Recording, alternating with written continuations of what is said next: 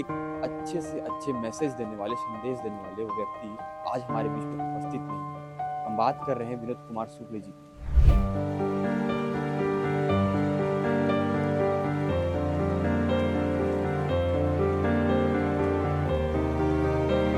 प्रदेश दूसरा प्रदेश में जावन साहित्य सम्मेलन वगैरह में अतिथि बन के तो उमन पूछे कि विनोद शुक्ल जी की कोई नया किताब आए का। तब ऐसा लगा कि छत्तीसगढ़ के रत्न गर्भा में कितना महान विभूति मन जन्म ले।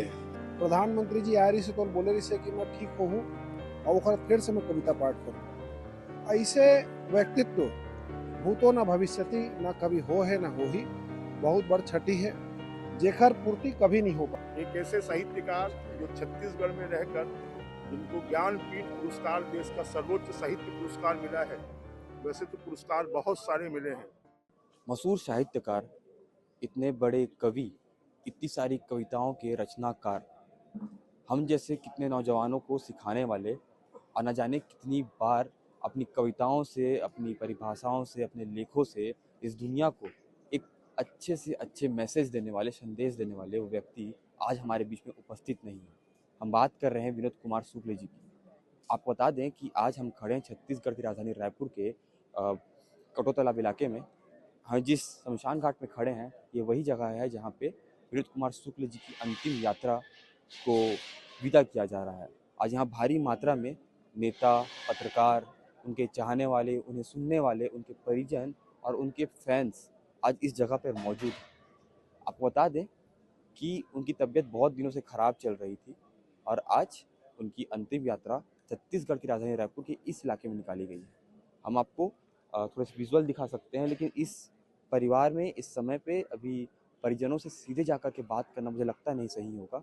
हम प्रयास करेंगे जो यहाँ पर जो लोग आए हैं उनकी अंतिम यात्रा को देखने के लिए, उन्हें अंतिम बार देखने के लिए उनसे बात करने का प्रयास करेंगे। अब छत्तीसगढ़ साहित्य के इतने बड़े नाम, हमारा लिखना सिखाने वाला, बोलना सिखाने वाला एक ऐसा आदमी आज छत्तीसगढ़ की माटी ले, भारत की माटी ले छोड़ चली, आप कई इस प्रकार ले व्यक्त करते हैं। विनोद शुक्ल जी है एक व्यक्तित्व नहीं विचार रही से और ओकर सहजता ऐसे रही से कि जब मैं महापौर रहे हूँ तो एक दिन वो खुद आके कहीं से मोर घर शैलेंद्र नगर में है, वो तीर के नालिल बनवा दे।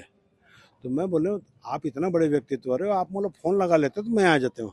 कोई नहीं, अपन जीवन में खुद काम करना सीखो और खुद के काम रहे तो खुद जाना चाहिए। तो ये सहजता ही उन लोग बड़े बनाते से हमन कई गाँव जब प्रदेश दूसरा प्रदेश में जावन साहित्य सम्मेलन वगैरह में अतिथि बन के तो उमन पूछे कि विनोद शुक्ल जी की कोई नया किताब आए का। तब ऐसा लगा कि छत्तीसगढ़ के रत्न गर्भा में कितना महान विभूति मन जन्म ले। आने वाला समय में ओकर क्षति कोई प्रतिपूर्ति नहीं हो सके, लेकिन विनोद शुक्ल जी है के प्रकाश पुंज और व्यक्तित्व इतना विराट रही है कि देश विदेश तक के वो छत्तीसगढ़ के ख्याति ला पहुँचाए के काम करे है। और छत्तीसगढ़ में हमन तो आग्रह करथन कि हर माँ के पेट से विनोद शुक्ल जी जैसा व्यक्तित्व जन्म ले, यही हम उनके सच्चे श्रद्धांजलि। ये हिंदी साहित्यिक जो इतिहास का इतना बड़े नाम ये आदमी जे करा हमन सीखे हन बोले बर, लिखे बर, वो आदमी आज दुनिया में नहीं रही। का बोलना चाहे, कैसे व्यक्त करता है? छत्तीसगढ़ के साहित्य में कोई पहचान रही से पंडित विनोद कुमार शुक्ल जी रही से आज हमार पुरखा हमार मन के बीच में नहीं है। और ऐसा साहित्यकार हमन कभी नहीं देखे जो आखिरी सांस तक कविता पाठ करत रही से। प्रधानमंत्री जी आ रही से तो बोले रही से कि मैं ठीक हूँ और ओकर फिर से मैं कविता पाठ करूँ। ऐसे व्यक्तित्व भूतो न भविष्यति, न कभी हो है न हो ही, बहुत बड़ छठी है जेकर पूर्ति कभी नहीं हो पाई।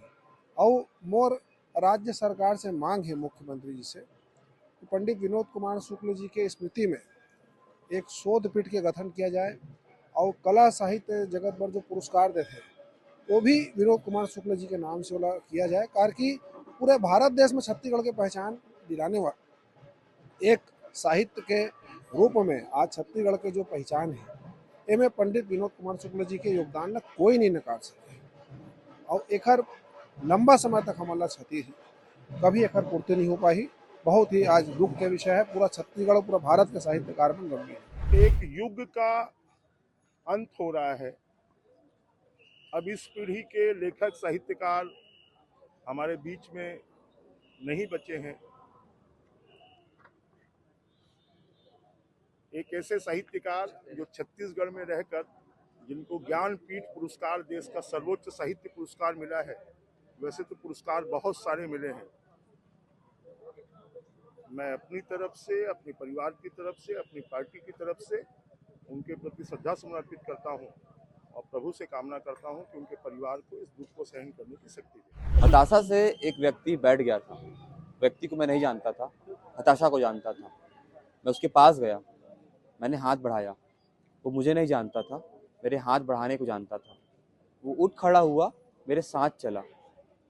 वो मुझे नहीं जानता था, लेकिन साथ चलने को जानता था। इस प्रकार के लेखक आज हमारी धरती से जा चुके हैं। सर ने एक बात सही कही कि वो केवल एक लेखक, कवि, साहित्यकार नहीं थे, वो एक विचार थे। और आज विचार हमारे बीच में नहीं है। लेकिन कहते हैं कि लेखक कभी दुनिया से जाते नहीं, वो जिंदा रहते हैं अपनी लेखों में। उनकी अंतिम यात्रा पे सैकड़ों की संख्या में आज नेता, पुराने नेता, बड़े बड़े पत्रकार और सारे लोग यहाँ पे उपस्थित थे, मात्र उनकी एक झलक देखने के लिए। आप बताइएगा कि आपने विनोद कुमार शुक्ल जी को किस प्रकार से जाना है, उनके लेखों को आपने किस प्रकार से पढ़ा है। मैं हूँ कान्हा राजपूत, आप देख रहे हैं सीजी भास्कर और मेरे कैमरे के पीछे खड़ा मेरा दोस्त राज तिवारी।